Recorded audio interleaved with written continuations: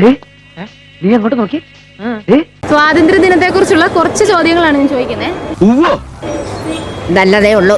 സ്വാതന്ത്ര്യം ആവണം, സ്വാതന്ത്ര്യമാണ് ആവശ്യം. ഈ അറിവ് എവിടെ നിന്ന് കിട്ടി? പത്രത്തിൽ നിന്ന് അടിച്ചു മാറ്റിയതാ. എന്താണ് ബുദ്ധി ഈ തല വെളി കാണിച്ച അടക്കല്ലേ മണ്ടാരെ. പക്ഷെ ഇപ്പം ഇവിടെ പറ്റണില്ല. ഇപ്പൊ ഇവിടെയുള്ള പെണ്ണുങ്ങൾ തുണി തൊടാതെ നടക്കും.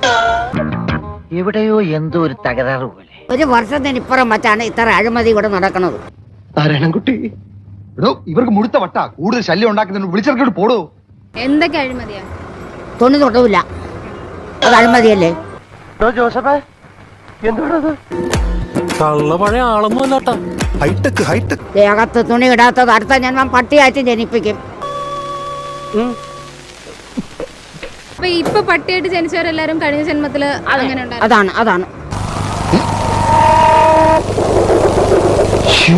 നമുക്ക് ഇന്ത്യക്ക് സ്വാതന്ത്ര്യം ലഭിച്ച വർഷം ഏതാണ്?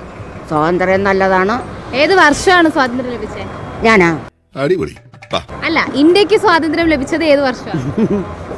ഇന്ത്യക്ക് സ്വാതന്ത്ര്യം കിട്ടിയ നിങ്ങൾക്ക് അറിഞ്ഞൂടെ? അതല്ല ഉദ്ദേശം. അല്ല, നമ്മളൊരു ചോദ്യം ചോദിക്കാണ്.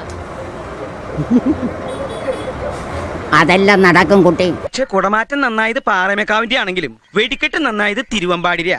ആ കാര്യത്തിൽ താൻ എന്നോട് വാദിക്കുന്നു. ഇന്ത്യ സ്വാതന്ത്ര്യം നേടി തന്നതാരാ? ആര്? ഗാന്ധിജി. ഗാന്ധിജിയാണ്. ഗാന്ധിജി എവിടെ ജനിച്ചത്?